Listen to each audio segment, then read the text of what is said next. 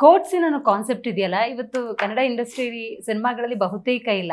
But again ಆ ಯುದ್ಧಕಾಂಡ ನೋಡಿದಾಗ್ಲೂ ಅದೊಂಥರ scene ಎಲ್ಲ ನೋಡ್ಬೇಕಾದ್ರೆ ರೋಮಾಂಚನ ಆಗುತ್ತೆ. ಅದರಲ್ಲಿ ಒಂದು ಭಾರತೀಯವರು ಈಗ ಸಾಕ್ಷಿ ಇಲ್ಲ ಅಂದ್ರೆ ಅವರು ಆ ಪ್ರಕರಣದಿಂದ ಹೊರಗೆ ಬರಕ್ ಆಗಲ್ವಾ ಅಂತ ಕೇಳ್ತಾರೆ. ಅದೊಂದು ಲೈನ್ನ ಇಟ್ಕೊಂಡ್ಬಿಟ್ಟು ಮಗನೇ ಲಾಯರ್ ಆಗುವಂಥದ್ದು, ನ್ಯಾಯ ಕೊಡಿಸೋದು ಅಂಥದ್ದೇ ಒಂದು ಸಿಚುವೇಶನ್. ಡ್ರಮ್ಯಾಟಿಕಲಿ ಕೋರ್ಟ್ ಸೀನ್ಗಳು ಇರೋದು ಬೇರೆ, ಇದು ಸೀರಿಯಸ್ ಇಶ್ಯೂ, ಸೀರಿಯಸ್ ಆಗಿ ಜನರನ್ನು ತಲುಪೋದು ಬೇರೆ. ನಿಮ್ಗೆ ಕಾನ್ಫಿಡೆನ್ಸ್ ಇತ್ತ ಈಗ ಸೀರಿಯಸ್ ಟಾಕ್ ಜನರ ಮನಸ್ಸಲ್ಲಿ ಕುತ್ಕೊಳ್ಳುತ್ತೆ ಅಂತ? ಇವತ್ತಿನ ಟ್ರೆಂಡ್ ಏನಿದೆ ಅಂತ ನನಗೆ ಗೊತ್ತಿತ್ತಲ್ಲ, ನಾನು ಕೂಡ ಈಗೆಲ್ಲ ಅಪ್ಡೇಟ್ ಸಿನಿಮಾಸ್ನ ತುಂಬ ಫಾಲೋ ಮಾಡ್ತೀನಿ. ನಾನು ಕೂಡ ಟ್ರೆಂಡ್ ತಕ್ಕಂತೆ ಅನ್ನೋದಕ್ಕಿಂತ ನಾವು ಟ್ರೆಂಡ್ ಸೆಟರ್ ಆಗಬೇಕು, ಒಂದು ಸ್ಟೆಪ್ ಯಾವಾಗಲೂ ಮುಂದೆ ಹೋಗಬೇಕು. ಏನು ನಡೀತಾ ಇದೆ ಅದನ್ನೇ ಇಟ್ಕೊಂಡು ಮಾಡಿದ್ರೆ ನಮಗೆ ಸಕ್ಸಸ್ ರೇಷಿಯೋನ ತುಂಬ ಕಡಿಮೆ ಇರುತ್ತೆ. ಯಾವಾಗಲೂ ಆಡಿಯನ್ಸ್ ಥಿಂಕಿಂಗ್ಗಿಂತ ಒಂಚೂರು ಮುಂದೆ ಹೋಗಬೇಕು.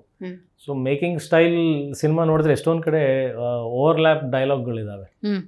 ಅಂದರೆ ನಾವು ಆರ್ಗ್ಯೂ ಮಾಡಬೇಕಾದ್ರೆ ಒಂದ್ರ ಮೇಲೆ ಲೇಯರ್ಸ್ ಡೈಲಾಗ್ಸ್ ಹೋಗುತ್ತಲ್ಲ. ಸೊ ನಾನು ಹೇಳಿದ ಮೇಲೆ ಇವ್ರು ಹೇಳಬೇಕು, ಇವ್ರು ಹೇಳಿದ ಮೇಲೆ ಇವ್ರು ಆ ಥರ ಇಲ್ಲ ಇಲ್ಲಿ ನಮ್ಮ ಮೂವಿನಲ್ಲಿ. It's all very natural. But ಅದಷ್ಟು ರಿಹರ್ಸ್ ಆಗಿರ್ತಕ್ಕಂಥದ್ದು, ವರ್ಕ್ಶಾಪ್ಸ್ ಮಾಡಿ ರಿಹರ್ಸಲ್ ಆಗಿ. ಅಂದರೆ ಆ ಫನ್, ಅಂದರೆ ಲೈವ್ ಒಂದು ಜಗಳ ನಡೀಬೇಕಾದ್ರೆ ಹೆಂಗಿರುತ್ತೆ, ಆ ಹೀಟ್ ಏನಿರುತ್ತಲ್ಲ ಅದು ರೀಕ್ರಿಯೇಟ್ ಮಾಡಿದ್ದಂದ್ರೆ ಪ್ರತಿದಿನ ನಾವು. ಸೊ ಅದು ಅವಾಗಲೇ ಲೈವಲ್ಲಿ ಮಜಾ ಕೊಡೋರು, ಟೆಕ್ನಿಷಿಯನ್ಸ್ ಎಲ್ಲ ಕ್ಯಾಮ್ರಾ ಹಿಡ್ಕೊಂಡು ನೋಡೋರು, ಲೈಟ್ ಬಾಯ್ಸ್ ಎಲ್ಲ ನೋಡೋರು, ರಿಯಲ್ ಜಗಳ ನಡೀತಾ ಇದೆ ಅನ್ನೋ ಥರ ಫೀಲ್ ಆಗೋದು ಕೋರ್ಟಲ್ಲಿ.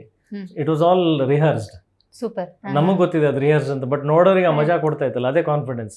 ನಾನು ಆ ಕಡೆ ಹಿಂಗೆ ನೋಡ್ತಾ ಇದ್ದೆ, ಅವ್ರೆಲ್ರಿಗೂ ಅದು ರಿಯಲ್ ಜಗಳ ಅನ್ನಿಸ್ತಾ ಇದೆ, but it is script. Super.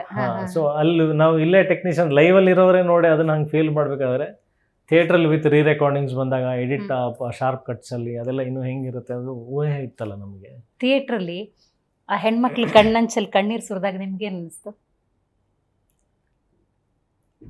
ಅಲ್ಲ, ನಾನು ಪ್ರತಿದಿನ ನಾನು ಕಣ್ಣಲ್ಲಿ ನೀರು ಹಾಕಿದ್ದೀನಿ. ಅಂದರೆ ಸ್ಕ್ರಿಪ್ಟ್ ಕೇಳಿದಾಗ್ಲಿಂದ ಹಿಡಿದು ಸಿನಿಮಾ ಶೂಟಿಂಗ್ ಮಾಡೋ, ಒಂದು ಶೂಟಿಂಗ್ ಕಂಪ್ಲೀಟ್ ಆದಮೇಲೆ ಕೂಡ ಎಡಿಟಿಂಗಲ್ಲಿ ಕೂಡ ನೋಡುವಾಗ ಸಾಕಷ್ಟು ಕಡೆ ನಾನು ಭಾವುಕನಾಗಿದ್ದೀನಿ. So I don't feel something great. ಅಂದರೆ ಪ್ರತಿದಿನ ಅಳೋನಿಗೆ, ಅಂದರೆ ಅದು ಏನಂತ ಗೊತ್ತಿದ್ದೂ ನನಗೆ ಬೋರ್ ಆಗ್ತಾ ಇಲ್ಲ ಆ ವಿಚಾರ.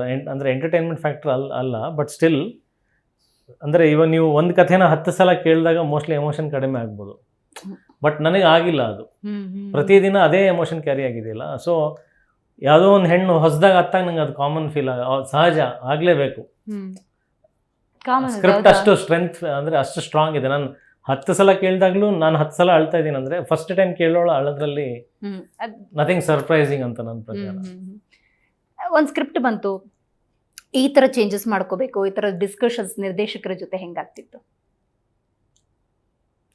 ಅಲ್ಲ, ಒಂದು ದೊಡ್ಡ ತಂಡ ನಾವು ಕೂತ್ಕೊಂಡಿದ್ದೀವಿ, ಎಷ್ಟೊಂದು ತಂಡಗಳು ಬದಲಾಗಿದ್ದಾವೆ. ಸ್ಕ್ರೀನ್ ಪ್ಲೇಗೆ ಇಡೀ ಆಲ್ಮೋಸ್ಟ್ 1 ಇಯರ್ ನಾನು ಕೂತಿದ್ದೀನಿ, ನನ್ನ ಇನ್ಪುಟ್ ಸಮೇತ, ಇನ್ಕ್ಲೂಡಿಂಗ್ ಕ್ಲೈಮ್ಯಾಕ್ಸ್ನಲ್ಲಿ ಭಗವದ್ಗೀತೆ ಸಾರಗಳು ಅವೆಲ್ಲ ಅಷ್ಟು ನನ್ನ ಕಡೆಯಿಂದ ಬಂದಂಥ ಇನ್ಪುಟ್ಸ್ಗಳು.